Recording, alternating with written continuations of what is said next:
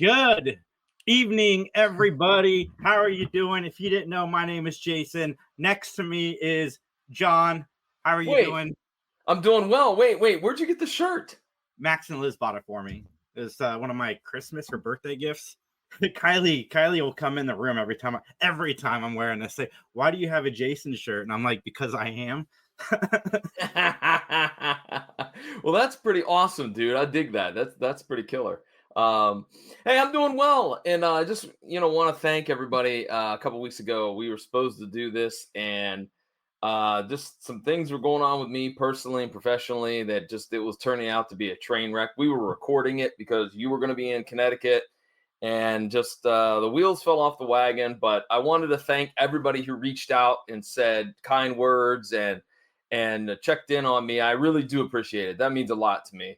And so I just wanted to get that off my chest. So thank you to all those folks who checked in and whatnot. So, and I'm doing good. Everything, all those stormy clouds are gone now. Now it's nothing but sunshine now here in Orlando's world. You know what, man? That's awesome. I'm happy to hear that. Dude, a lot has happened in the last 2 weeks. This is probably going to be a longer show than I had anticipated. And I'm sorry that we were a few minutes late. That's on me. They just dropped, so about a month ago, Eminem released a documentary to theaters about his fan base. Mm-hmm. And it finally came out on Paramount Plus. And I was watching it. A very, very good documentary. Absolutely loved it.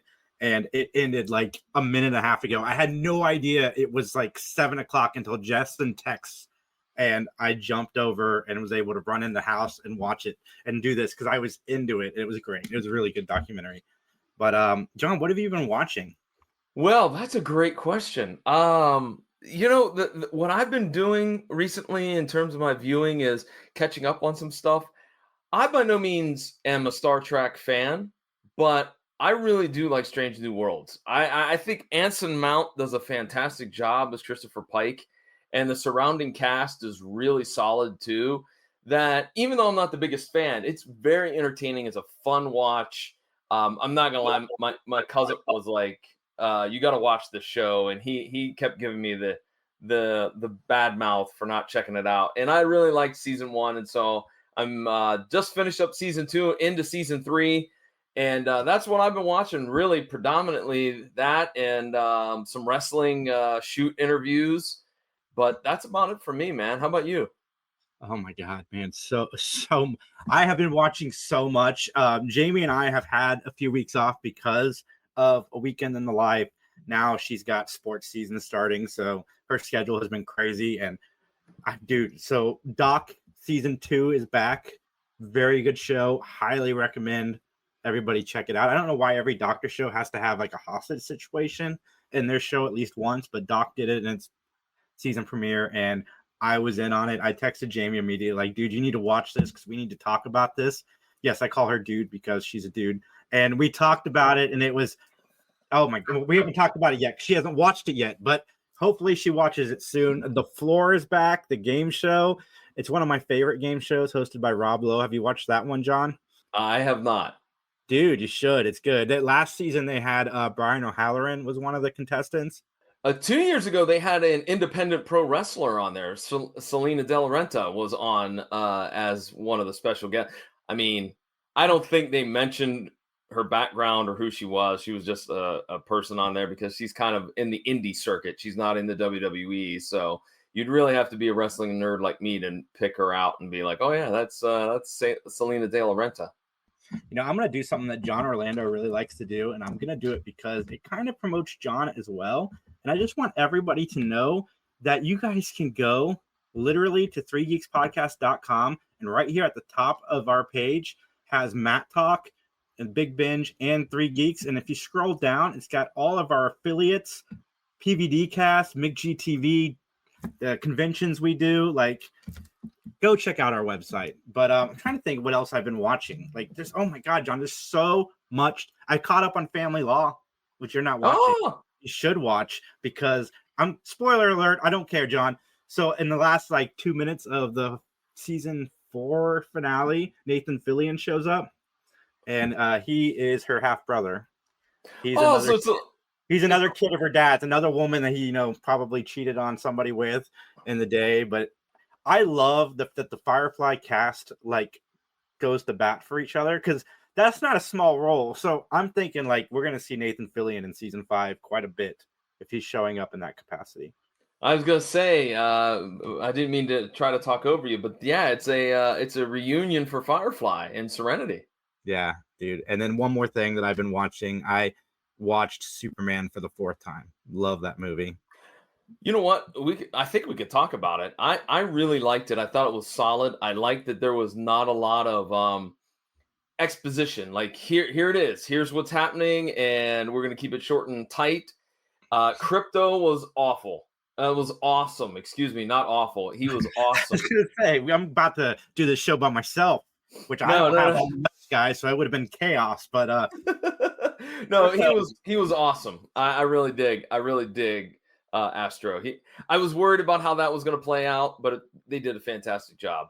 Are you caught up on Peacemaker? I know I have not. I have not even started the second season yet. Okay, mild spoilers. I'm apologizing in advance, but one of the things that I like so James Gunn pretty much has done. I mean, they are now making, it seems like, the Suicide Squad. That movie is officially canon, and they made some references to the Will Smith Suicide Squad movie a little bit in this season. But the thing that I like is we're getting the cast of Superman has been popping in and out of season 2. We had Lex Luthor in an episode, and we had Nathan Fillion has been in it. And I love that it's all done by the same guy. The same visionary is doing it, which is probably why it's so easy for him to, bring cast members back and forth.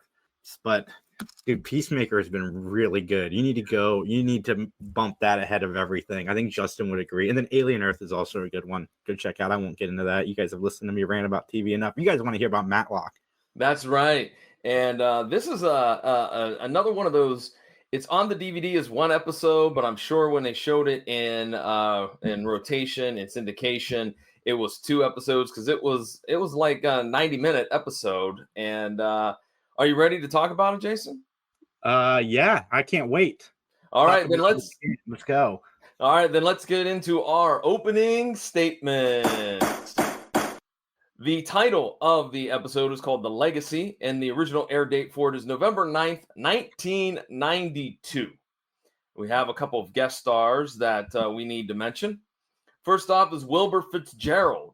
He'll be playing the role of sleazeball Arthur Kendall. You may also know him as Bruce Bennett in Prison Break. He was in Dan Daly in the new Naked Gun, the one that just came out a few months ago. You also may know him as Judge Dorsey on NCIS New Orleans. Jerry Cullen in The Founder, which is a criminally underrated movie. That movie's really good. And you may also know him as drunk customer number 2 in Sully, and over 100 more credits. The guy's got, an amazing resume. Yeah, man. Hold on, I'm trying to find a photo that was sent to me. I want to show you, but here we go. It's loading. I got it. I'm almost there. I swear. One of the people I do the conventions with, she's in the new Naked Gun movie. Oh, really? Yeah. Her name is Jean. Bad photo. Hold on. Let's see if I can right. See, yeah, it's bad photo. Yeah, it's bad photo. Yeah. Well. So she had a bit part. Yeah, background actress, but it's still so cool. She was in the. Did you see it yet? I have not watched it yet. No. I see the code, John. It's free.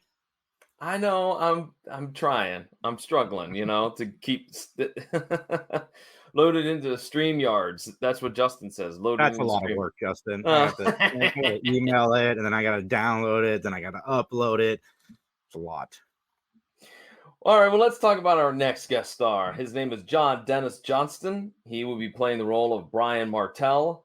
You may know him as Pete in Streets of Fire, Frank Stillwell in Wyatt Earp, Torchy's patron in 48 Hours, Dr. Bronstein on In Plain Sight, Nick Moats on St. Elsewhere, and he's actually been in another episode of Matlock. He was in Season 6, Episode 1, The Witness Killings. He played Lucas Anderson. If you remember, this is the kid that wrote a tell-all book that goes back to his hometown, and he ends up dead, and Matlock has to figure out who did it. which there seems to be like that's the second time they've used that vehicle in Matlock about, oh, somebody wrote a tell-all book and now everybody's mad. But he also, John Dennis Johnson has also I'm done. about to write a tell-all book. What? Did you say you're going to write a tell-all book? I'm about to write a tell-all book. Okay. Yeah, behind the scenes of Mattalk, all the dirt and grime, everything you can get into. I do, John. I'm sorry.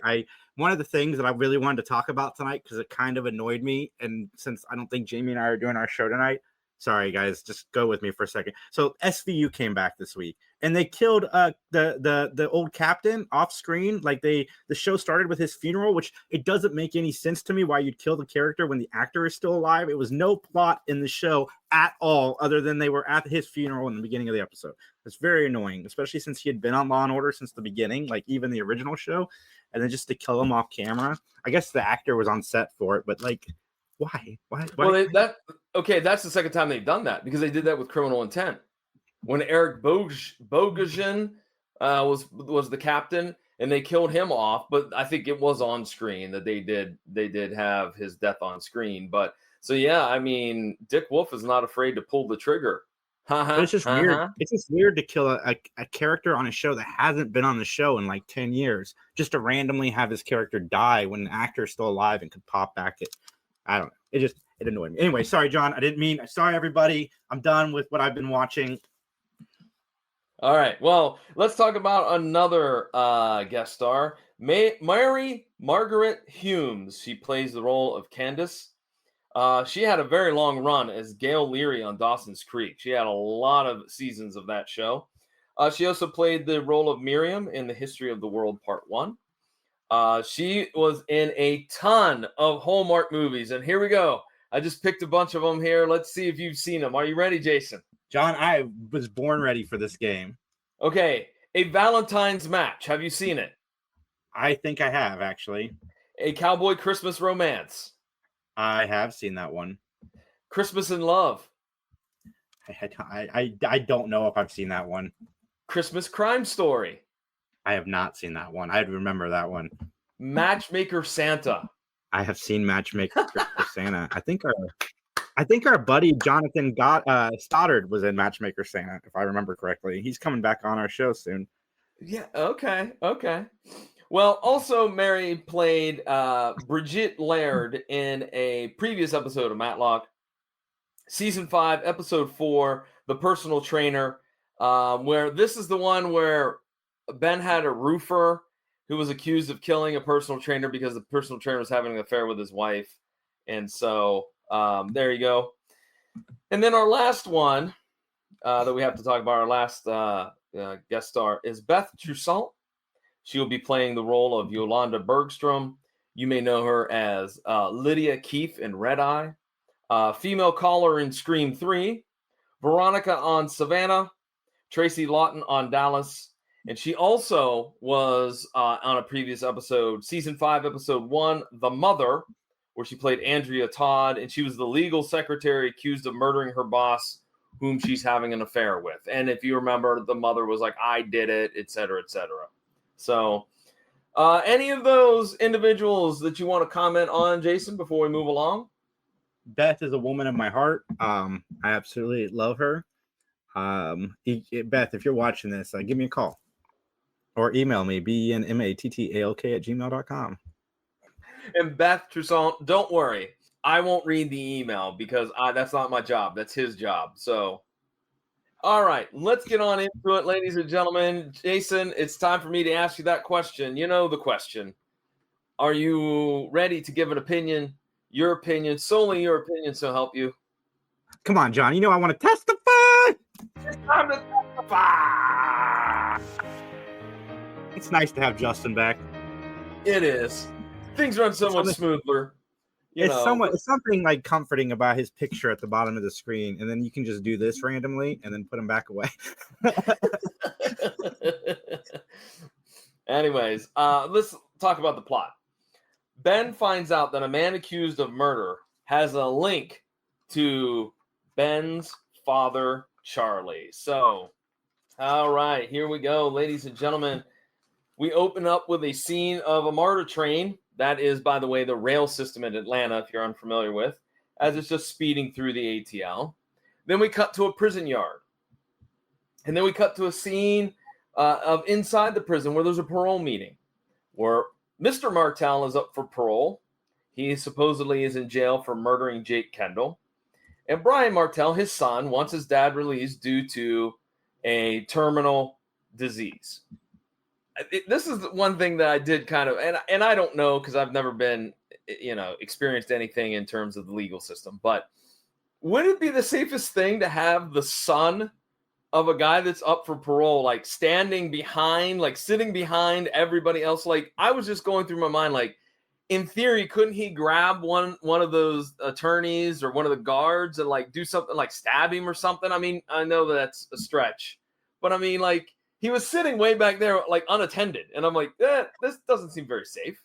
I don't know what parole board things are like, so I can't really comment on that. It does seem a little weird that he'd be so close, kind of look like an AA meeting. Yeah. I don't really know what they were thinking. An AA meeting is the best. That's the absolute best way to describe it. That's exactly what it looks like an intervention. Oh man. So we cut into a scene outdoors, and again, I thought this was weird. If this is a like college class, why are you meeting outdoors? Especially when you're not young, hip, 20-year-old kids playing like songs on the guitar or hacky sack or whatnot. They all seem to be in their 30s or 40s. But Arthur Kendall is teaching a screenwriting class. And while he's in the middle of his presentation, Brian Martell shows up and he spouts off his story. Well, I got a movie for you. How about a guy that was wrongfully accused of murder and has spent the last 30 years in jail? Blah, blah, blah. Yeah, there's about 300 of those made a month nowadays. Yeah, exactly. I forget what the elements were that Arthur said. Yeah, you throw in a little sex, a little violence. That's what the movie makers want. That's what the movie goers want to see. So they get into an argument, they being, of course, Kendall and Martell, and Martell punches him in the face, and then he spouts off some other stuff, and off we go. So then we go to probably, Jason, the most awkward breakfast you could ever have in your life, when it's you, your husband, your adult son, all sitting around the breakfast nook, if you will. And George and Candace start arguing. They say some really rotten things to one another. Josh, the kid's like, I'm leaving. And Candace is like, this is just not working out for us. We're trying to stay together for Josh. Now here's my question. You're staying together for Josh. Josh looks like he's in his early 20s. Why is he still living at the house? Why not? Why, dude? Whoa! Why are you shaming people that live with their parents at 20? Because because of the statement made, we're staying together because of him. Well, that doesn't make any damn sense. Like, why? He's 21, 22, 23 years old. He's obviously aware that you two are not getting along. Why? Like, that made no sense to me whatsoever. Like, we should just get a divorce because we're staying together because of him. He's a man. Are you He's sure a grown-ass man? You're not just a 40-year-old playing 15? Well, I don't know. He might be Jason Priestley, like, where he's the coolest 40-year-old high school student. I don't know. Well, Candace says that she's going to move in with Arthur, and she's filing for divorce. And then we cut to a scene where Candace is rolling up in that wood-paneled Ford station wagon. That brings back memories, folks. Brings back memories. But anyways, she goes to Arthur's home. She has a key. She unlocks the door, walks in on Arthur in the living room, canoodling with Bergstrom, Yolanda. And then Arthur said, because she says, I left my husband because I thought we were going to be together. And he said, hey, I never promised you a marriage, and I never promised that I was going to be faithful. So he said we could be together, and I'm going to give you a great. She said, you promised me you'd give me a great life, and blah blah blah blah blah. He's like, yeah, but I didn't say I'd be faithful. Yeah, I mean, so sucks to be you, Candace. Yeah, man, you got to be sure if you're going to make that kind of a commitment. Yes, I know. You need to get that in writing or something. Yeah, because I mean, just think about it. She's sleeping around, or he's sleeping around with somebody that's already married. That should give you an idea that he's not the most reputable dude in the world, right? Yeah. We cut to a scene where Ben is putting together a clock. I don't know why, but he is. Leanne tries to set Ben up with a date, a friend of hers, Eileen, I believe. And she says the most disgusting 2 words that I've heard in a while. And she goes, "Dad, she has a nice build." Ugh. No daughter should say that to their dad. No. No, that's gross. That's something that our dear, never mind, would say.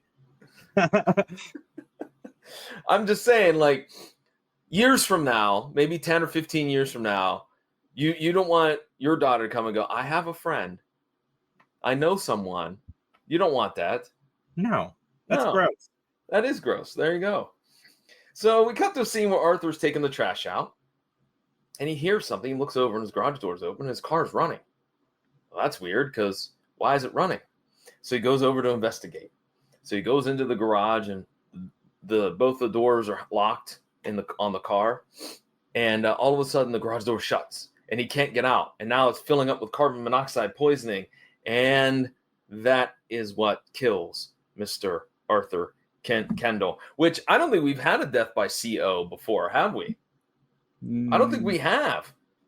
I don't think so. Yeah. Leanne has a conversation with Brian about Brian Martell's case. All right. And she talks to her dad about it because there is this kind of thing about there's a connection between Charlie Matlock and whoa, I'm getting some feedback. Can you throw in some headphones? I'll just turn it down. Okay. All right. So anyways, sorry about that, folks. But anyways, so the Martell case is going to be kind of a second storyline that's running here. And so they talk about it, and I say they, I mean Brian Martell, Leanne, and of course Ben. And Mr. Martell was basically sent for prison for killing Arthur's father, Arthur Kendall. I forgot his name. Jake Kendall is the father's name. So Ben wants to help out Brian, all right, because he's like, look, Charlie Matlock was not the killer. My dad did not kill you. Then Leanne and Ben have lunch, and Ben tells the story and basically refutes Charlie's involvement in the murder. And we cut to some black and white footage. Charlie stops to help Mr. Kendall. He fixes Jake Kendall's car. Jake tries to pay him $100. He's like, nah, just when you're in town next time, stop by. We'll have a drink and we'll talk. And so Kendall and Charlie, they kind of become pals. And so how the murder happens is that Charlie was fixing Kendall's car one time, and he decided he'd drive to the ATL. And he's going to drop the car off to Jake, and he goes in and finds Jake dead on the floor. And Charlie's wrench is found in the dumpster, which apparently the wrench was thrown from a window and it went into the dumpster. And so it's Charlie's wrench. So it looks like Charlie did it. I like that they don't even like try to change Andy Griffith's appearance when he plays his dad. Like he is like they could be twin brothers. They put spectacles on him. They put little glasses on him, but that still doesn't matter. So Leanne's pal arrives. Eileen. This is some wild hair color for Eileen. I mean, like that's the most unnatural redhead color I've ever seen in my life.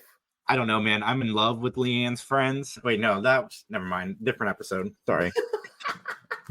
I was thinking of the vacation again. Like, okay, it's been so long since we've done this. My wires crossed. That's all right. It's all good. So we get a nice little dose of awkward Ben. And then we cut back to the police headquarters where Brian's bail is paid by Ben because Brian was arrested for the murder of Arthur. Ben wants to clear his dad's name, and he's helping Brian because that's how his father would want him to do. And so we get the arrival of Conrad McMasters, or what was the name that Mr. McMillan or whatever later in the episode. Yolanda gives him a different name that's not even close. Conrad goes to Arthur's place, and he's going to look for some evidence. Leanne interviews Candace about Art. calls out her relationship between Candace and Art. And in the meantime, Conrad is checking out Art's home, and Josh happens to be there, and he barrels his way past Conrad, trying to run from the house. All right, any comments you want to throw out there just yet of what we've seen? No, not really. I'm in so far with the episode. Okay, all right. Ben is walking with weights, and he tells his daughter that Elaine and him are playing phone tag. And there's more gross talk about there might be snow on the roof, but there's a fire down below. Gross! In capital letters. They just have a very honest relationship. I wish they would have a less honest relationship. That's all I'm going to say. Conrad arrives with Josh, which, two things I noticed. One, Conrad gets out of the car, and he addresses Ben and Leanne, and then he goes and opens the door to let Josh out. Why couldn't Josh just get out of the car? Like, why did he have to have his door open for him? I'm like, that didn't make any sense. And they parked that car. That Mustang got parked on the front lawn. You know as well as I do that Matlock does not like cars parked on his lawn, I bet. Josh was saying he was just trying to protect his mom by looking for evidence. And so Josh says that his mom was having an affair with Arthur, and that leads Leanne to go, gosh darn it. She grabs her stuff and she goes. Oh, John, we have a comment from Liz. Oh, okay. Let's get it up here, man. Bargain bin Julie doesn't hold a candle to the real deal. That's right. Absolutely. You are correct, Liz, on that one. Glad you're watching as well. Thank you for doing so. You know what, Liz? I can't remember if you having a boy or a girl, but just hear me out for a second, okay? Jonathan Jason Murdoch. That's a good name. Jonathan for the first name, Jason for the middle name, and then your last name, obviously. So, Jonathan Jason. It's a great name. Strong name. Strong. I even let John go first. That's the kind of guy I am. What are you doing? You're giving away naming rights to parents? What are you doing? I'm just offering a suggestion, John. Then I could buy him one of these shirts.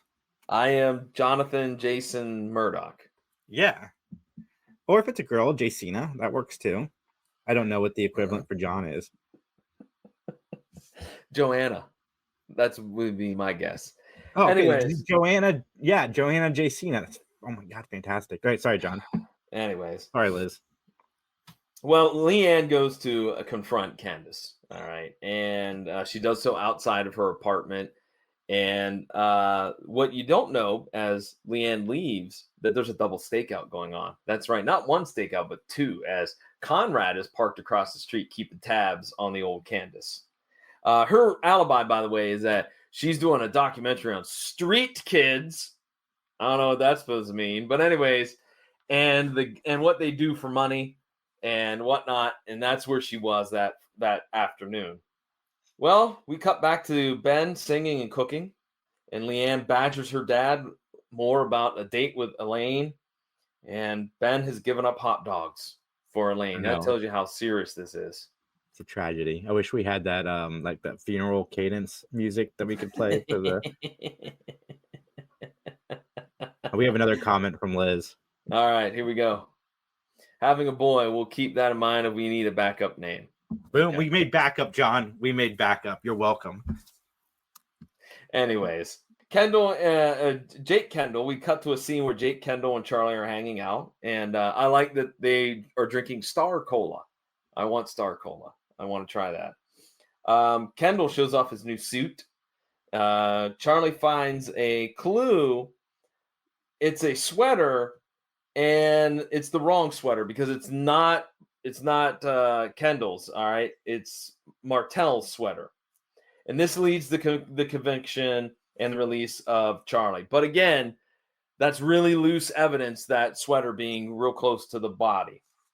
So Ben interviews George. George has a huge stack of screenplays.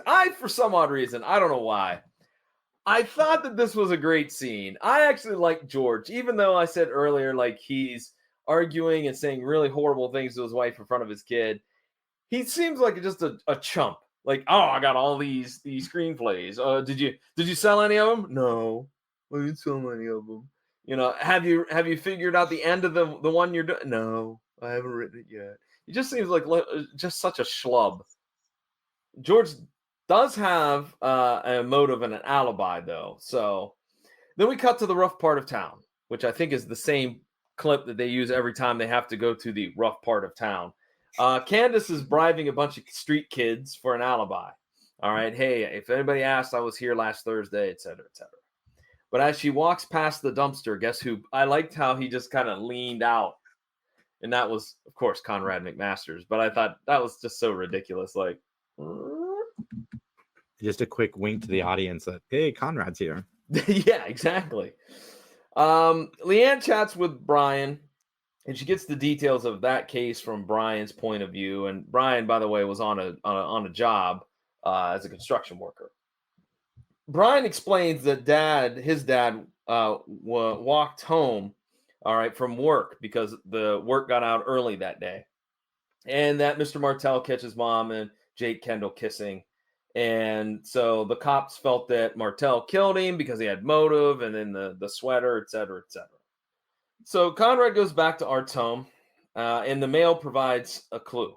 All right. And that clue in the mail, is a letter that it was going to Yolanda for some flowers. So Conrad interviews Yolanda, and she invites Conrad in, which I thought that was a little bold. Again, I know I'm the one with the whole no one locks their doors in Atlanta, but you don't know who this dude is. You're going to welcome him in? He could be the killer. Yeah, I mean, dude, listen, it's the safest town in America. Whereas nobody dies. They definitely don't die once a week in this community. Well, anyways, Yolanda stated that she did date Art. In fact, they spent the night together before he died. So we go to the courtroom. Ben has Candace on the stand. Ben's theory is Candace is so mad that she killed Art. Her alibi is destroyed because Conrad brings a couple of the street kids in, and they're ready to testify. And then Josh reveals that he killed Art, not his mom, and he has this big outburst. All right. And he's like, my mom didn't do it. I did it, et cetera, et cetera. So I think this is where we would have the break in between the two episodes. So Jason, anything that you want to talk about real quick before we move along? Yeah. I mean, I just had a weird epiphany. Like if Matlock does, because there's 21 episodes a season, we'll say 3 of them are, let's say there's 18 cases that he does a year. He is a multi-millionaire. Like he should be living in a much nicer house. With $100,000 a case times 18 per year. We're on season 7 right now. Like Matlock's raking it in. Yeah, and he's got a pretty good winning percentage. I just heard about an attorney that's a supposed like a death row attorney that you get him. Out of 11 cases he's 4-7. I'm like, holy heck, man! You only have 4 wins. And 7 losses? If you're a death row inmate and you got 4 wins, like that's good. I think that's a good record. I don't know. All right, here we go. Good, man. You're saving 4 people. As I've determined listening to some true crime podcasts, never go for the death penalty. Just get life in prison because it takes forever because they got to exhaust all those appeals, and that's like 10 more years of and expenses that you have to pay. So I'm like, I told the wife, if anything happens to me, just make sure they get life in prison. They don't have to go for the death penalty. Oh, that's been a macabre topic. Let's get back to some more happier times, shall we? Yeah, man. John's planning on going to death row, everybody. You heard it here first. He was with me. He was with me that night.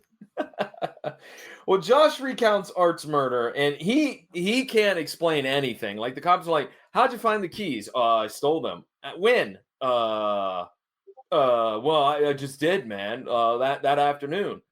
We get Ben in a brand new suit that costs more than all of his gray suits combined. And here they talk about splitting your pants because the pants are a little snug. I'm like, oh, that's some foreshadowing. That's definitely going to happen. Leanne and Brian and Ben are all at police headquarters. They continue the case due to Josh's lack of an alibi. So they try to get the case thrown out, but nope. The prosecutor says, nope, we're going to do it. George and Candace argue, and Josh shows up at home because Ben gave him a lift home. And he's like, look, do you have any alibi? And Candace was like, no, I just drove around after catching Art with Yolanda. So Leanne and Brian have dinner and argue about the old murder case. Basically, Brian's mom left him with an uncle and aunt because they didn't have a very good relationship. And Brian reveals, so coincidentally, that mom is in a rest home a couple towns over. Mm-hmm. Poor mom. Reminded me of Shady Acres from Ace Ventura: Pet Detective. Oh, yeah, it does. It does have that vibe to it. Yeah, okay. Conrad came to see Yolanda, but she acts really shady. Where were the keys? Did you steal the keys prior to this? Because that's the whole focus right here. And he notices that there's donuts on the counter, and one of them has a bite out of it, and there's a cup of coffee. And he's like, you're very, very conscious of what you eat. So whose is it? And there's no lipstick on the glass, but yet you're wearing some. So Yolanda's hiding her little sister. All right, Sabrina. Not the teenage witch. No, not a teenage witch. No, that would have been awesome crossover though. I would have watched that. Anyways, especially with the snarky cat, Nick Bakay as the snarky cat. What was the cat's name? Salem. Dude, I've honestly never seen an episode of the original. I've seen like the newer Netflix one, but not the original. Oh, okay. Justice says yes. Salem is the name of the cat. Okay. We go to a rest home where Leanne talks with Mrs. Martell, and then we cut back to another scene where Ben and Elaine are having the picnic.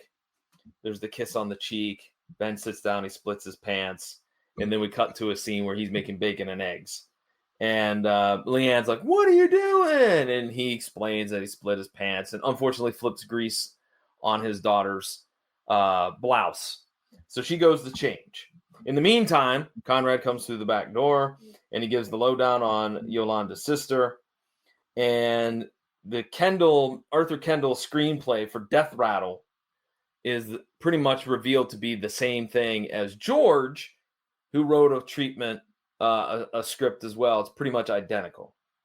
But in the meantime, Leanne has an epiphany because she put on some of Ben's clothes and then realized, wait a minute, something's not right with the clothes in the old case. So she leaves. Candace was leaking information that was discovered about the play to Arthur.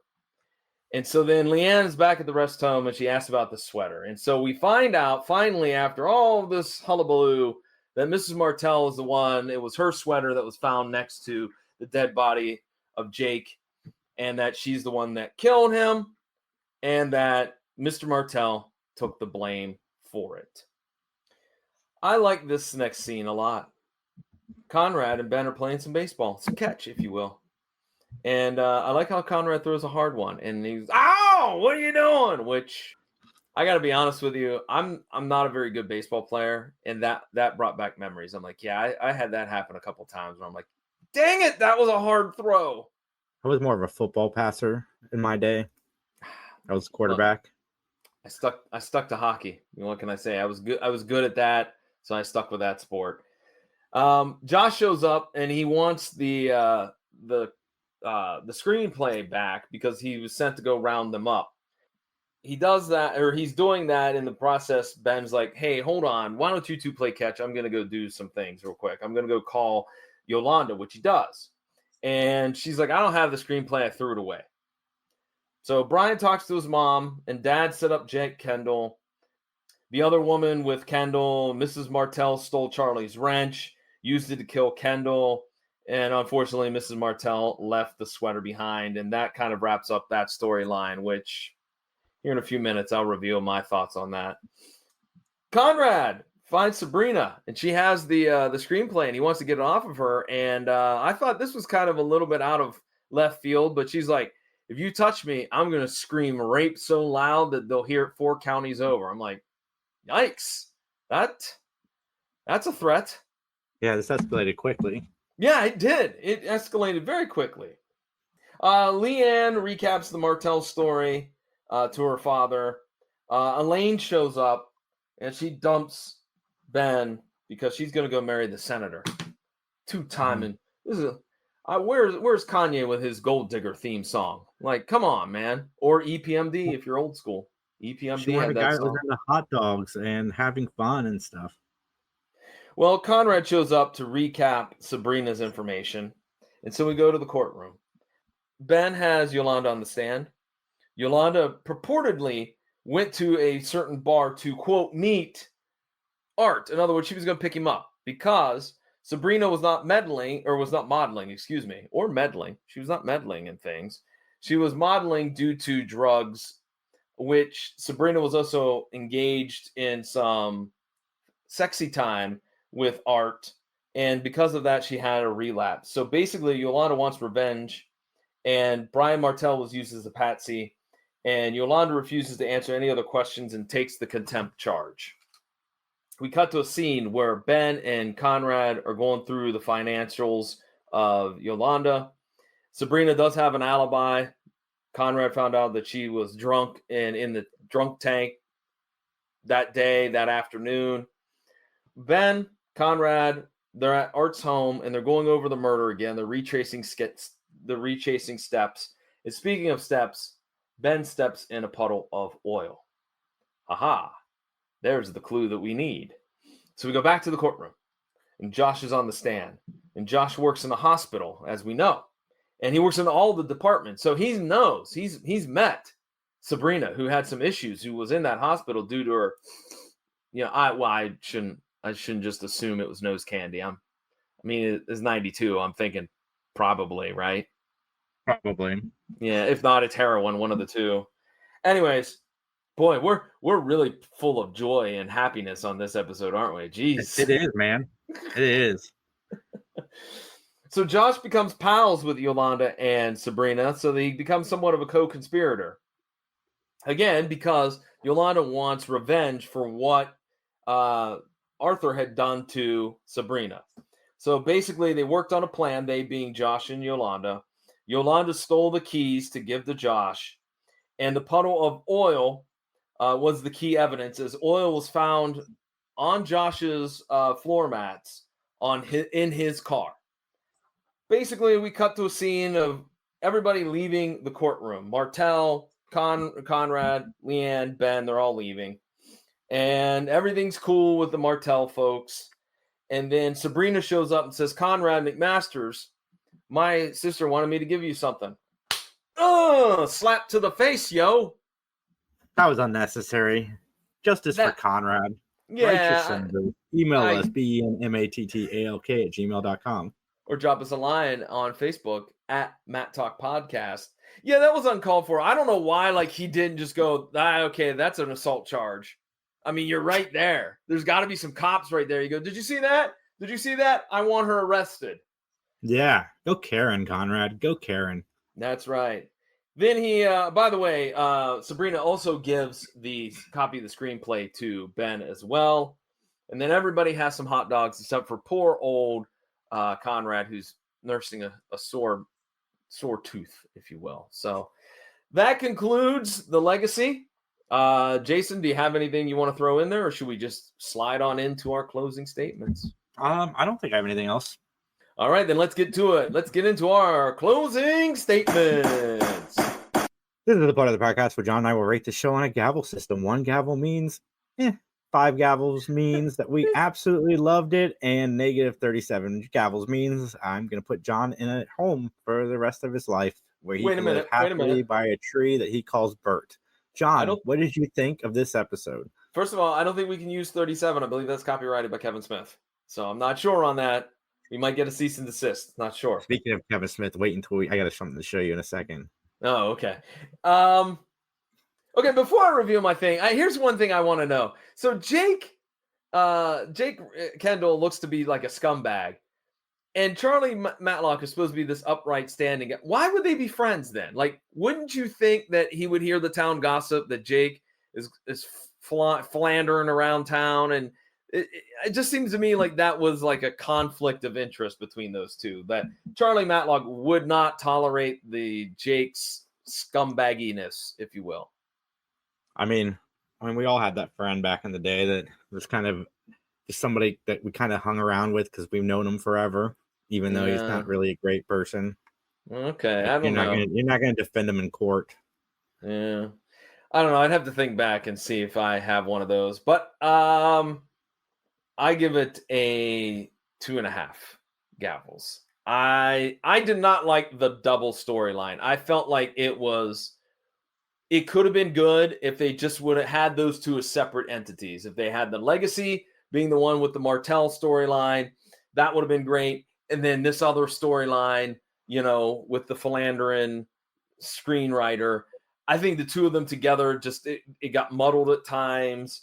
It seemed like the end was anticlimactic, and It I is didn't very really. anticlimactic. I agree. Yeah, and Elaine, that storyline was gross. I did like that it's a revenge tale because I do like revenge stories. But yeah, I just 2.5 for me. I just didn't dig it. I'm going to give it a 3.5. And I think I agree with most of what you said, but I give it a 3.5 because a lot of these double parters feel like they just go on and on and on. And this was not one that felt like that. Like it felt pretty quick. So it definitely gets points for that. So yeah, 3.5. All right. Well, Jason? John, tell everybody about the PVD cast while I grab something. Oh, okay. All right. Sweet. The PVD cast is my own personal podcasting project. It is available at pvdcast.com or wherever you find great podcasts. Right now, I'm doing a 6-part series with some great, awesome comic book creators in Columbus, Ohio. They're called the C3 Collective. It stands for the Columbus Cartoon Coalition. They're short little 30-minute interviews. They're back-to-back. Right now, I have Fennec and Sarah Cook, who did a comic entry for this anthology that C3 is doing, where they talk about how to make a comic. So again, and by the way, I just throw it out there. If you're interested in the C3 anthology, pick one up, go over to the social media pages for the Columbus Cartoon Coalition. All of the information's there on how you can donate some money and get a pretty sweet anthology, including the tale from Fennec and Sarah Cook, who are my guests this week on the PVD cast. So if you follow me on Facebook, John, you saw that I got these. Yes. Yes, it did. What else I got is the rest. Oh, nice. The whole Jane Silent Bob VHS collection. I am stoked. Nice. I paid a little bit more for these two than I did. These were only $1 each. And then I got these two. Oh, man. So nice. Very nice. It's one of the reasons I collected VHS because I saw those sitting on your shelf, not the shelf of doom, but on one of your shelves, and I'm like, those will look good in my house. There you go. I'm glad I could be an inspiration. Finally got them. We got a comment from Liz real quick. 4 stars. I actually did like the parallel storyline and thought that the writing was pretty solid. I like Andy as Charlie, Matlock, but points off for Ben trying way too hard and forgetting he just got out of a serious relationship. Well, maybe. We're not 100% sure that they were even dating. Yeah, we're not sure on that one, Liz. But all right, 4 stars. Okay, all right. Jason, talk about the 3 Geeks podcast, man, and all your other projects as well. 3 Geeks podcast. I swear we're going to be back live next week. We've been so inconsistent the last 2 months, but that's just because there's been a lot of moving parts. We did a convention. Max went to a convention with John. And then just so many other things. But we will be back live Saturday at 7 p.m. I promise Jamie and I's show is coming back very, very soon. And guys, just go to 3geekspodcast.com. You can find everything there, even all of John's projects. And then you can find out our convention schedule for where Justin and I are going to be coming up. Oh, and by the way, we're getting close to episode 500 of the PVD cast. I'm working hard on that. I'm piecing things together. So keep that in mind. It's about end of October it'll be happening. So I'm excited for that. I'm real excited for it. Yeah, John's going to drop 5 digits for a guest. No, because as we all know, I do not pay for guests. We've had this conversation with you and with a certain somebody that shall not be named. Now he's got 5 fingers that he's going to give. Dude, so I haven't told you this, John, but at the conventions I've been doing, everybody gives me bracelets now. Like, at every show I've done so far, they've just given me bracelets. It's fantastic. I love it. Keep doing it. Okay. All right. Well, let's get on out of here, shall we? We shall, man. And as they say in court, nothing further.